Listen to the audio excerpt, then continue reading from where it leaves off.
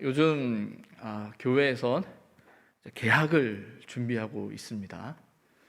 개학을 준비한다라는 말은 학교에서 이제 방학이 끝나고 개학을 준비하듯이 이제 교회에서도 코로나로 인해서 길어졌던 그 방학의 시간을 이제는 개학의 시간으로 바꿔가야 되지 않겠나라는 생각을 하면서 조심스럽게 이제 준비하고 있습니다. 어제는 우리 관리부 집사님들께서 많이 나오셔서 옛들에 이제 흙을 깔고 또 교회 시설을 이렇게 정비하셨는데 아마 옛들에 차를 대고 들어오시는 분들은 지난주와는 느낌이 좀 다르셨을 거예요. 지난주에는 쿠션이 없었는데 아마 지금 쿠션이 좀 생겼을 겁니다. 편안하게 들어오셨을 거예요. 어제 집사님들 정말 고생 많았습니다. 일 하다 안 돼서 어느 집사님은 가면서 목사님 제 체력의 한계가 여기입니다. 전 이제 가야 됩니다. 먼저 가겠습니다. 그러셔서 제가 집사님 충분히 하셨다고, 먼저 가시는 거 아니라고, 충분히 하셨다고 너무 많이 애써주셔서 감사하고요. 여러분 본당 들어오시면서 좀 느낌이 달라졌다는 생각 안 드세요? 본당 들어오시자마자 눈 먼저 감고 깊이 기도하시는 분들은 잘 모르시겠지만 본당이 불이 밝아졌어요. 결정적인 건 천장에 불 나간 전구가 하나도 없습니다. 천장에 전구들이 너무 많이 나가가지고 계속 보고만 있다가 그래 코로나 중이니까 교인들 안 오니까 그냥 조금만 더 하다가 너무 많이 나가가지고 이제 다 갈면서 조금 더 밝아졌으면 좋겠다라는 생각을 하면서 이제 다 갈게 되었습니다. 마지막으로 결정적인 준비였는데 저와 목사님들이 백신을 다 맞았어요. 원래는 우리 목사님들께서는 다 예비군들이라 이번에 그 얀센을 다 접종을 하시게 된 거예요.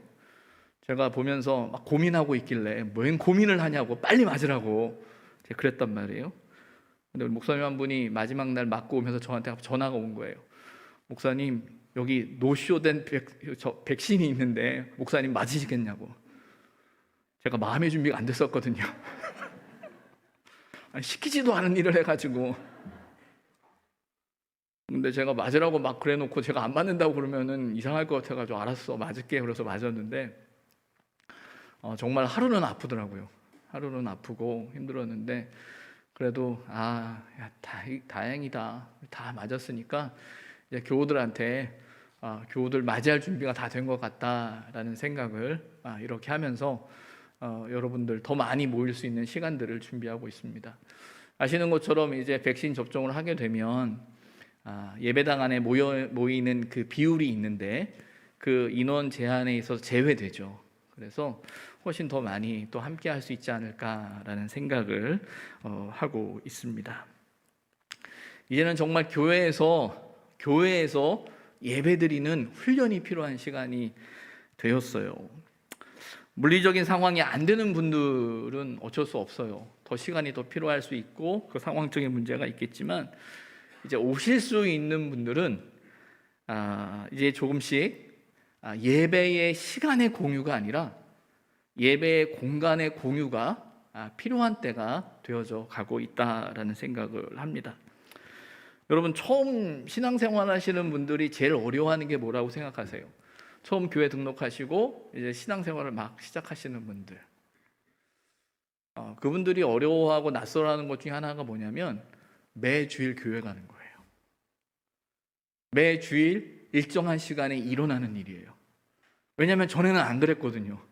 전에는 일요일, 말 그대로 일요일은 내가 원하는 시간에 일어나서 내가 원하는 시간을 쓰고 내가 나를 위해서만 집중하는 시간들이었는데 이제 처음 신앙생활을 하다 보면 제일 먼저 바뀌는 게 주일날, 그러니까 일요일날 아침 일찍 교회를 가야 된다라는 거예요. 아마 여러분 오랫동안 우리가 신앙생활한 사람들에게는 너무나 당연한 일이고 그냥 익숙해진 일이기 때문에 그러려니 했는데 막상 우리가 코로나라는 예상치 못했던 시간들을 우리가 그렇게 보내면서 여러분 상상하지도 못했던 1년 가까이 1년 넘게 교회를 가지 않아도 아무 일이 없는 특별한 은혜를 우리가 누리고 있잖아요. 그런데 이제는 조금씩 이제 와서 예배드려야 되는 이 때가 오고 있는데 이게 하루아침에 되지 않아요. 어떤 면에서는 저와 여러분의 마음의 결단과 의지가 필요할 것 같고, 주일의 시간을 하나님 앞에 이제 드린다라는, 또 이 시간이 내 시간이 아니다라는 마음을 가지고 하나님 앞에 나와 예배드리는 그 훈련들이 조금씩 이제 필요하지 않을까라는 생각을 갖습니다. 아마 여러 가지 형편과 상황과 또 처지가 있고, 또 여전히 이제 코로나의 상황이 쉽게 끝나지 않는 것이 현실이기 때문에 서둘러서 급하게 할 수는 없어요. 하지만 적어도 우리가 다시금 돌아와서 또 함께 예배드릴 공간에 대한 고민도 필요하고요. 다시금 우리의 신앙의 자리를 좀 더 깊게 추스릴 수 있는 그 때가 오고 있다라는 것, 그리고 그 때를 준비해야 된다라는 것, 여러분 꼭 기억하시기 바랍니다. 오늘 본문은 지난주에 우리 함께 나누었던 말씀과 같은 연장선에 있습니다. 예수님께서 성전에서 가르치실 때 선해드린 공회의 회원인 대제사장들과 장로들이 예수님을 찾아오죠. 그리고 예수께 묻습니다. 도대체 당신은 무슨 권위로 이런 일을 합니까? 누가 당신에게 그런 권위를 주었습니까? 라는 질문을 하죠. 그 질문에 대한 예수님의 대답은 누가 아버지의 뜻대로 하였느냐라는 그 질문으로 두 아들의 비유를 들면서 어떤 아들이 아버지의 뜻대로 한 것이냐라는 그 질문으로 대답을 대신하죠. 권위에 대해 묻는 이들에게 하나님의 뜻을 따르는 것에 대해서 말씀하고 계신다라는 거예요. 근데 중요한 건 그 종교 지도자들을 향해서 지난주에 나누었던 말씀을 보면 이렇게 이야기하시는 거예요. 그들이 믿지 않았다라는 거예요. 끝내 뉘우쳐 믿지 아니하였도다라고 말하고 있는 거예요. 그들의 믿음 없음에 대해서 이야기하고 있고, 그들이 뉘우치지 않는 것에 대해서 말씀하고 계시는 거예요. 그럼 중요한 건 이제 오늘 본문의 이야기의 주제일 수 있고 핵심적인 내용일 수 있는데, 그들이 믿지 않는 게 뭔가, 그들이 뉘우치지 않는 게 무엇인가라는 거예요. 오늘 본문은 그 이야기를 우리에게 하고 있죠. 그리고 무엇보다 이 본문을 통해서, 또 그들의 모습을 통해서 우리의 믿음이라는 것이 무엇인가라는 걸 또 생각하게 하는 것이 오늘 본문의 말씀입니다. 예수님께서 또 다른 한 비유를 들고 계신다. 그 비유의 이야기를 꺼내고 계시죠. 그 비유의 배경, 장소는 어디입니까? 포도원이에요. 근데 오늘 본문에 말하는 이 포도는 뭐라고 되어져 있냐면 집 주인이 포도원을 만들었다라고 되어져 있어요. 그러니까 비유의 배경은 이제 포도원인데, 그 포도원은 어떤 포도원이냐면 집 주인이 만들어 놓은 포도원이다라는 거예요. 근데 그 포도원에 대해서 좀 더 자세한 설명들을 하고 있는데 이렇게 말하죠. 산 울타리를 두르고 거기에는 즙 짜는 틀을 만들고 망대를 다 지어 놓은 포도원이란 말이에요. 여러분, 우리 교우들 중에서도 귀촌에 대한 꿈을 갖고 계시는 분들이 있어요. 저도 종종 TV를 보거나 그 내용을 보다 보면, 그렇게 살아가는 분들을 보다 보면 야, 참 좋겠다라는 기대가 생겨요. 그러나 막상 정말 그런 마음을 가지고 정말 귀촌을 하고 귀농을 하는데, 거기서부터 처음부터 일을 하기 시작하면 말 그대로 풀 뽑다 지쳐서 다시 나와요. 왜? 그 조성하고 그 기반을 다지는 일이 정말 힘든 일이거든요. 그래서 의욕만으로 되는 일이 아니에요. 정말 오랜 시간 준비를 하고 조금씩 해야, 그 상황에 적응이 돼야 견딜 수 있는 거예요. 그래서 그림으로 보여지는, 화면으로 보여지는 그 아름다움 뒷면에 우리가 상상도 못하는 어마어마한 일들이 있다라는 거죠. 그래서 성공하는 분도 계시지만 성공하지 못한 분들도 있어요. 그래서 정말 뜻을 갖고 있다면 오랜 시간의 준비가 필요하다는 걸 우리는 주변의 이야기들을 통해서 듣잖아요. 근데 오늘 본문에 이 만들어진 포도는 어떤 개념이냐면요, 모든 게 다 준비되어져 있는 거예요. 가서 농사만 지으면 되는 거예요. 산 울타리가 만들어져 있다. 이 포도원을 외부에서 침입하지 못하도록 이 울타리가 다 쳐져 있고요. 거기에 집 짜는 틀을 만들었다. 거기서 이제 포도가 나면 바로 집까지 짤 수 있도록 모든 설비가 다 돼 있다는 얘기고요. 또 망대를 지었다라는 건 이걸 살필 수 있는, 돌볼 수 있는 모든 상황이 다 되어져 있는 거예요. 그래서 그곳에 들어가서 농사를 짓는다라고 하는 건 모든 준비가 다 되어져 있기 때문에 가서 농사만 열심히 지으면 되는 그런 상황을 이야기하고 있죠. 바로 그런 포도원을 오늘 본문에 보면 농부들에게 새로 주고 그 주인이 타국으로 떠났다라고 되어져 있습니다. 여기에는 포도원이 갖는 어떤 상징성이 있어요. 상징성이 있어요. 그래서 여러분 성경을 읽어가다 보면, 특별히 예언서의 말씀 속에서 보다 보면 이스라엘을 포도원에 비유하고 있는 이야기를 많이 보셨을 거예요. 이사야 5장 1절 2절에 보게 되면은 이사야 5장에 보면 포도원의 노래다라는 타이틀로 그 이스라엘을 포도원에 비유해서 이야기하고 있는 내용이 나오는데, 거기에 보면 이런 표현이 있어요. 나는 내가 사랑하는 자를 위하여 노래하되 내가 사랑하는 자의 포도원을 노래하리라. 내가 사랑하는 자에게 포도원이 있으며 심히 기름진 사내로다. 내가 사랑하는 자에게 포도원을 허락했고 그 포도원이 심히 기름진 곳에 있다라는 거예요. 이 말은 뭐겠어요? 심기만 하면 좋은 포도를 맺을 수 있는 그런 공간이라는 거예요. 이걸로 끝나는 게 아니라 이어지는 말씀에 보면 땅을 파서 돌을 제하고 극상품 포도나무를 심었도다. 그 중에 망대를 세웠고 또 그 안에 술틀을 팠도다. 우리 앞서 보았던 본문하고 같은 표현이죠. 그리고 뭐라고 나오냐면 좋은 포도 맺기를 바랐더니 들포도를 맺었도다. 그러니까 이 예언서에 나오는 이 말, 이스라엘을 포도원에 비유해서 이야기하는 내용은 이거예요. 너무나 좋은 포도원을 만들어서 그들에게 주었고 그곳에 대한 기대가 있는 거예요. 이제 거기서 농사를 짓는다면 정말 좋은 포도가 나오는 게 당연한 일인데 거기에 들포도가 나온다는 거예요. 먹을 수 없는, 상품의 가치가 없는 그런 들포도를 맺었다라고 말하는 것이 예언서의 이야기예요. 이런 이야기가 어떤 면에서는 예언서에서 이스라엘을 향한 하나님의 심판의 이유이기도 한 거예요. 이 포도원을 통해서 좋은 열매를 맺기를 기대하고 있는데 들포도를 맺었다라는 이야기를 하고 있는 거고, 이것이 바로 이스라엘이 가지고 있는 영적 상태를 이야기하는 게 예언서의 비유와 상징의 말씀이거든요.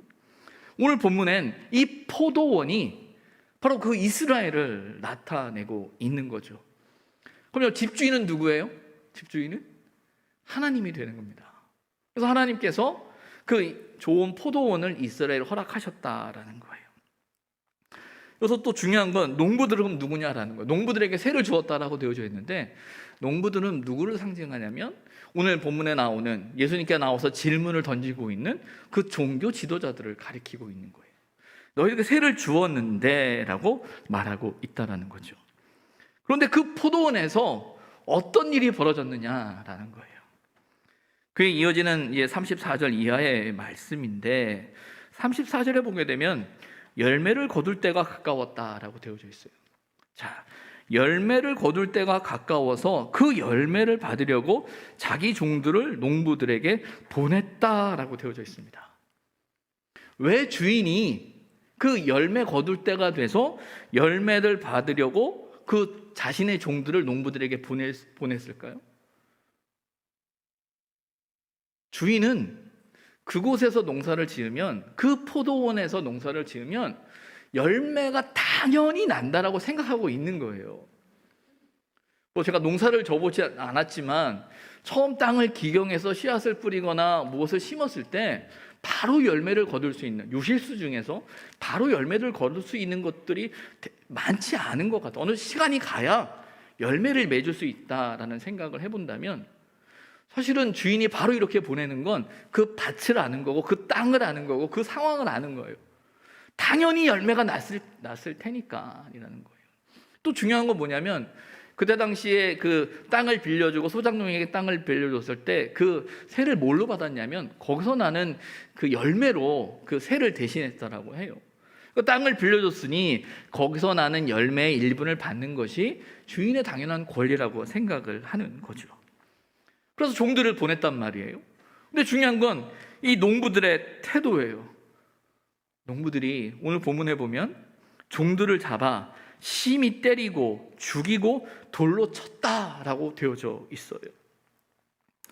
특별히 여기 돌로 쳤다라는 말은 어떤 의미냐면 폭행의 수단을 말하는 게 아니고요, 그들의 단체 행동을 말하는 거예요.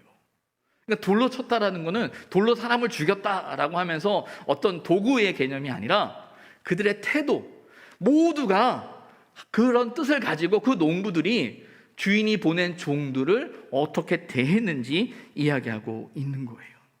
그런 악행을 행하고 있다라는 거죠. 그런데 놀라운 건 주인의 행동이에요. 이런 상황이 벌어지면 주인이 어떻게 해야 돼요? 일반적으로는 빨리 어떤 조치를 해야 되는데 이어지는 본문에는 뭐라고 나옵니까? 다시 다른 종들을 처음보다 많이 보냈다라는 이야기합니다. 그럼 여기 많이 보냈다라는 개념이 뭘까요? 처음에 보냈던 종들보다 더 많은 종들을 보내서, 그 농부들보다 더 많은 사람들을 보내서 그들을 진압하기 위해 많이 보낸 개념일까요? 여기서 말하는 이 많다라는 개념은요, 수의 의미보다 기회의 의미예요. 기회의 의미. 말 그대로 그들에게 종들을 보내서 다시 돌아올 수 있는, 그들의 태도를 바꿀 수 있는 기회를 많이 주었다라는 의미를 갖는 거죠. 왜냐하면 정말 진압해야 되고 그들의 잘못된 행동에 대한 어떤 조치를 해야 된다라는 것이 우선이었다고 한다면, 뒤에 나오는 이 37절 이하에 나오는 그 아들을 보내는 그 주인의 그런 말과 태도는 다를 거예요. 그렇지 않을 거라는 거죠. 37절에 보면 아들을 보냈다라고 되어져 있는데 뭐라고 얘기하냐면 그들이 이 아들을 존대하리라 하였다. 기대가 있는 거죠. 그래, 내 아들이 가면 저들이 마음을 돌이킬 거야, 생각을 바꿀 거야 라는 생각을 하는 거죠. 여기서 아들을 보냈다라는 건 조금 더 책임 있는 사람을 보냈다라는 의미도 되겠지만 주인의 애정이 담긴 거예요. 그들에 대한 애정인 거예요. 그들에 대한 애정이 바로 그 아들에게 담긴 거죠. 기대가 있는 거예요. 근데 중요한 건 오늘 본문에 보니까 그 농부들은 그 주인의 기대와는 전혀 다른 생각을 하고 있어요. 어떤 생각을 합니까? 38절에 보니까 그 아들을 보고 하는 말이, 야, 이 사람이 상속자래. 저 사람만 죽으면 이 땅은 우리 거야 라고 말하기 시작하는 거예요. 생각하기 시작하는 거예요. 그렇게 행동하는 거예요. 어떤 의미죠? 분명히 그들은 소작농이죠. 주인에게 허락을 받아서 그 포도원을 경작하는 사람들이란 말이에요. 그런데 이제는 그 땅을 자기 것으로 하려고 하는 거예요. 내 것이라고 생각하는 거예요. 그런 생각을 가지니 열매를 받으러 오는 그 종들, 주인의 종들을 향해선 내 것을 빼앗는 사람으로 생각했겠죠. 그러니 그들을 죽이지 않았겠습니까? 그러니 이제 아들을 보면서는 그래도 양심이 있어서 저 아들만 없다면 이 땅은 우리 것이 될 거야 라는 생각을 하기 시작하는 거죠. 그 당시에 이런 법이 있었다고 해요. 주인이 죽으면 그때 당시에 그 땅을 차지하고 농사를 짓고 있는 사람이 그 땅의 주인이 될 수 있다라는 법이 그때 있었대요. 그러니까 그들 생각에는 이 아들만 죽으면 이 땅은 법적으로도 내게 되는 거야, 우리께 되는 거야 라는 생각을 했다라는 거죠. 그리고 그들이 생각하는 대로 그런 행동을 했다라는 거예요. 특별히 여기에서 보면 유산이라는 표현을 쓰고 있거든요. 그 아들을 향해서 상속자다 라는 이 표현 속에는 그 아버지 주인이 있으니까 그 주인의 아들이 법적인 상속자라는 상식적인 표현인데 또 유산이라는 표현을 쓰고 있어요. 이 말의 의미는 앞서 나온 어떤 상속자와 같은 맥락일 수도 있지만 또 한편으로는 그들 마음속에는 주인이 없다라고 생각하고 있는지도 모르겠어요. 주인이 죽었다라고 생각했는지도 모르겠어요. 주인이 더 이상 우리에게 영향력을 끼칠 수 없다라고 생각했는지도 모르겠어요. 왜냐하면 앞서서 계속 종들을 보냈잖아요. 많은 종들을 보냈음에도 불구하고 그들에 대해서 자신들이 다 그들을 죽이고 그들의 말을 듣지 않았던 그런 과격한 행동 속에서 더 이상 아들을 보내는 그 상황 앞에서는 오면은 주인이 직접 오지 왜 아들을 보냈겠어? 그러면 주인이 죽은 건가? 라는 생각도 하지 않았을까라는 생각을 하게 되는 거예요. 그래서 그들의 생각대로, 그들의 욕심대로 그 아들을 잡아 죽여서 포도원 밖에 내쫓아 죽였다라는 것이 오늘 비유의 이야기죠. 여기까지가 예수님께 찾아온 사내들인 사람들에게 말씀한 이 두 번째 비유가 되는 거예요. 그리고 예수님께서 그들에게 묻습니다. 40절인데, 그러면 포도원 주인이 올 때에 그 농부들을 어떻게 하겠느냐? 너희들이 포도원 주인이라면, 그리고 만약에 포도원 주인이 온다면 그 농부들을 어떻게 하는 것이 맞냐라고 묻는 거예요. 어떻게 해야 되죠? 어떻게 해야 됩니까? 고발해야죠. 어떻게 내버려 둡니까? 고발해야죠. 그들이 말하죠. 여기서 말하는 그들은 앞서 이야기했던 대제사장들과 장로들, 사내들이네 회원들이죠. 그들이 말합니다. 그 악한 자들을 진멸하고 포도원은 제때의 열매를 바칠 만한 다른 농부에게 새로 줄지니이다. 아마 명확한 판단을 내린 걸 거예요. 적확한 판단을 내린 걸 거예요. 왜? 이런 판단을 내리는 게 그들의 일이니까요. 이런 상황이면 당연히 그렇게 하는 게 맞습니다. 율법적으로나 법적으로나 상황적으로 그렇게 해야 되는 게 맞습니다라고 고민도 없이 바로 이야기하고 있어요. 그 농부들이 얼마나 악한 사람들인지, 주인은 그들을 진멸하는 것이 당연하고 더 나아가서는 다른 농부를 찾아서 그 포도원을 새로 주어야 합니다 라고까지 이야기를 하고 있는 거예요. 예수님의 비유는 그들에게 분명한 이미지를 주었던 것 같습니다. 그 농부가 무엇을 잘못했는지, 어떤 잘못을 했는지 명확하게 그들에게 보여주고 계시는 거예요. 그때 예수님께서 그들에게 말합니다. 시편 118편 22절 23절의 말씀을 인용하고 계신데, 건축자들이 버린 돌이 모퉁이의 머릿돌이 되었다라는 이야기를 하면서 그 일을 하게 하신 것이 주님이 하신 일이다라는 이야기를 하시면서 말씀하고 계시죠. 여기서 이 모든 것이 주로 말미암아 된 것이다라는 그 말씀과 함께 예수님은 주인의 그 역할을 이야기하고 계세요. 그러면서 43절로 이어지는데 이렇게 말하죠. 그러므로 내가 너희에게 이르노니 하나님의 나라를 너희는 빼앗기고 그 나라의 열매 맺는 백성이 받을 것이다 라고 말씀하십니다. 이 말을 듣는 순간 그들이 아차 싶은 거예요. 누구를 향한 이야기예요? 누구에게 이야기하고 있는 거예요? 자신들을 향해서 이야기하고 있었다는 거죠.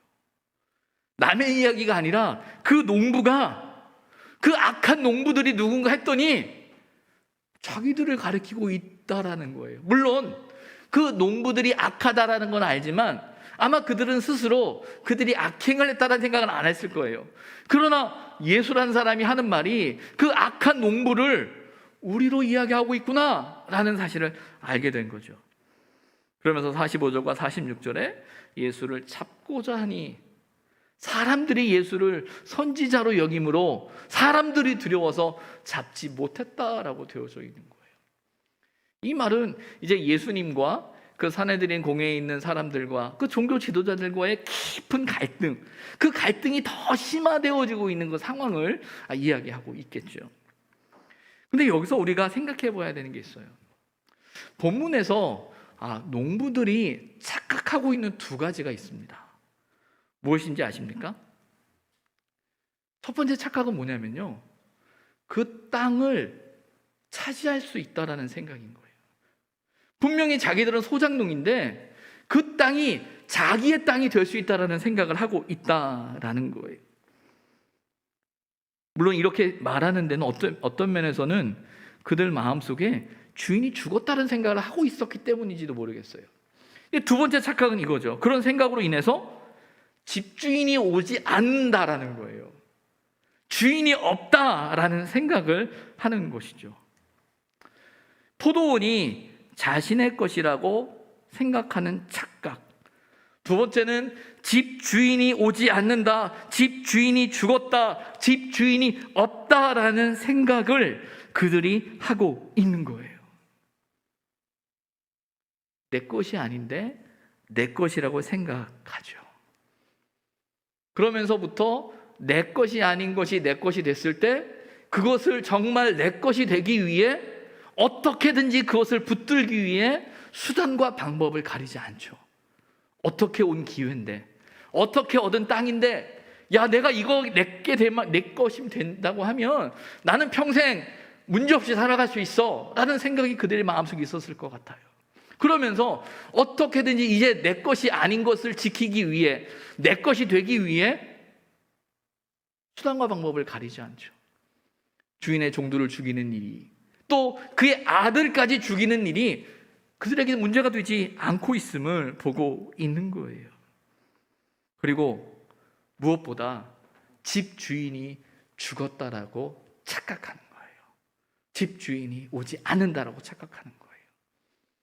근데 오늘 본문에서 분명히 이야기하고 있는 건 뭐냐면 집 주인이 올 때라는 거예요.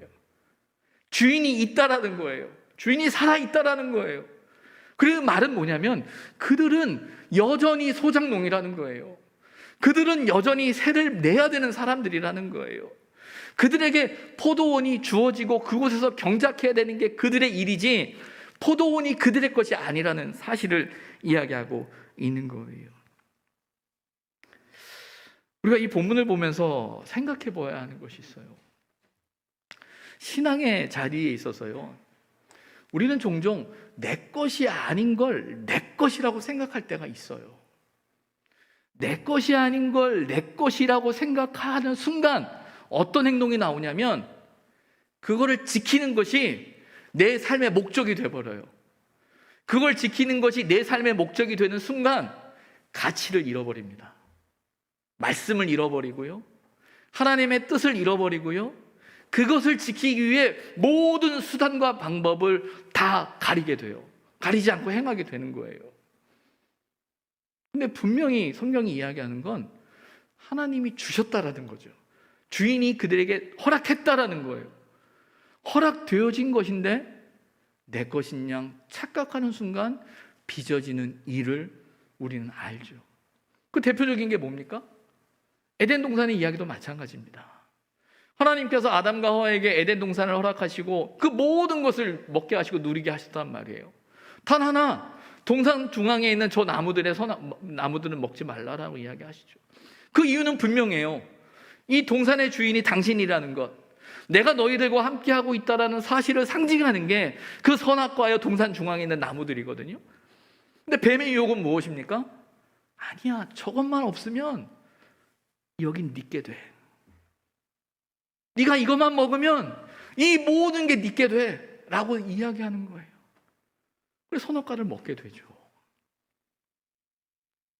사단은 우리에게 유혹하죠. 하나님보다 더 똑똑해질 수 있어, 더 지혜로워질 수 있어. 이 말 속에는 하나님이 없다라는 말을 있다라는 말을 부정하지 않아요.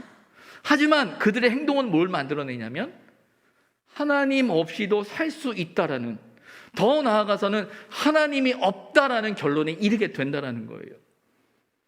여러분, 우리가 가지고 있는 불신앙은요, 처음부터 하나님은 안 계셔로 시작하지 않습니다. 하나님은 계세요.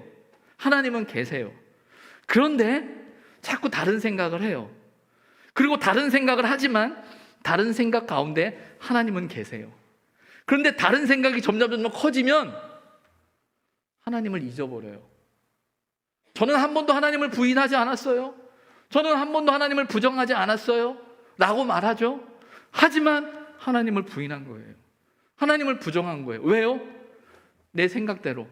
가장 결정적인 건 내 것이 아닌 걸 내 것이라고 생각하고 하나님의 것을 내 것이라고 생각하고 내 방법대로 그걸 지켜내려고 하는 그 순간 하나님을 부정하지 않았지만 하나님을 부정한 것이고, 우상을 섬기지 않는다라고 말하지만 우상을 섬긴 결과가 만들어지게 된 거예요. 가장 결정적인 건 내 것이 아닌 걸 내 것으로 생각하는 그 순간 하나님을 잃어버린다는 겁니다. 우리의 삶 속에 잘 한번 생각해 보세요. 하나님이 우리에게 허락하신 건데, 하나님이 나에게 허락하신 건데, 마치 이것이 내 것인 양, 내 힘으로 내 능력으로 지켜내야 한다는 것 때문에 하나님을 믿는다고 말하면서도 우리의 방법대로 살아가고자 하는 그 몸부림이 있지 않습니까? 말하진 않지만 내 안에 일어나는 갈등이 있지 않습니까? 내 안에 일어나는 욕심들이 있지 않습니까?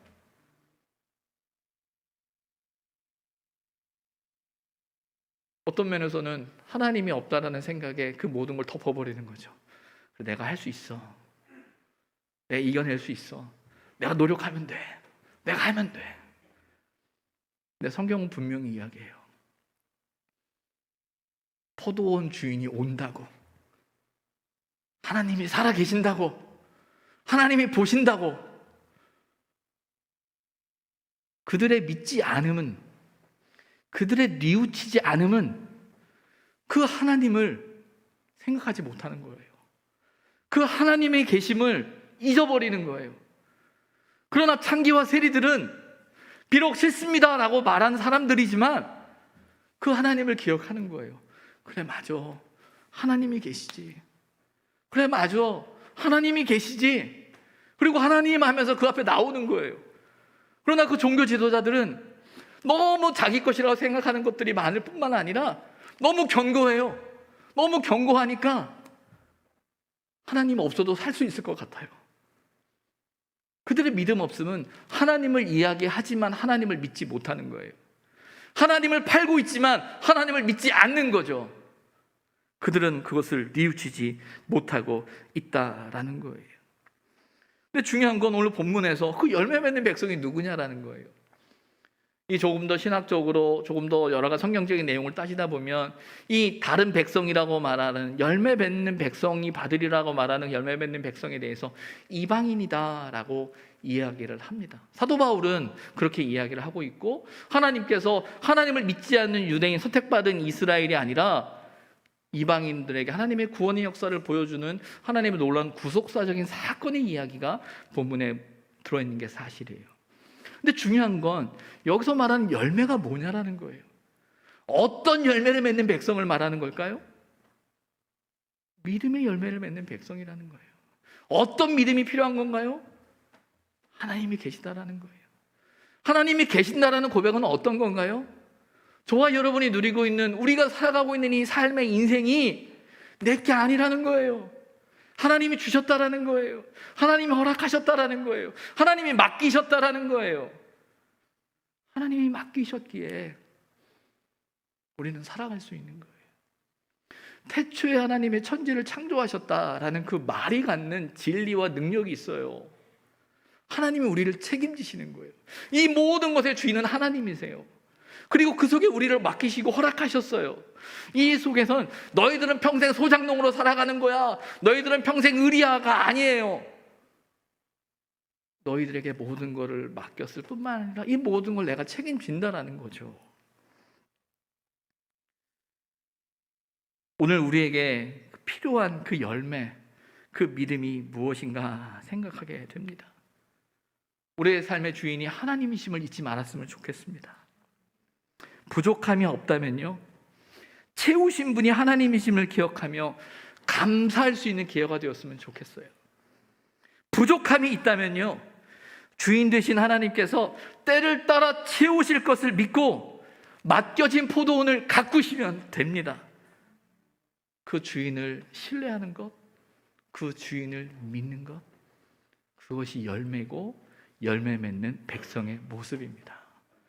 그 믿음의 은혜가 저와 여러분 가운데 있기를 주님의 이름으로 부탁을 드립니다.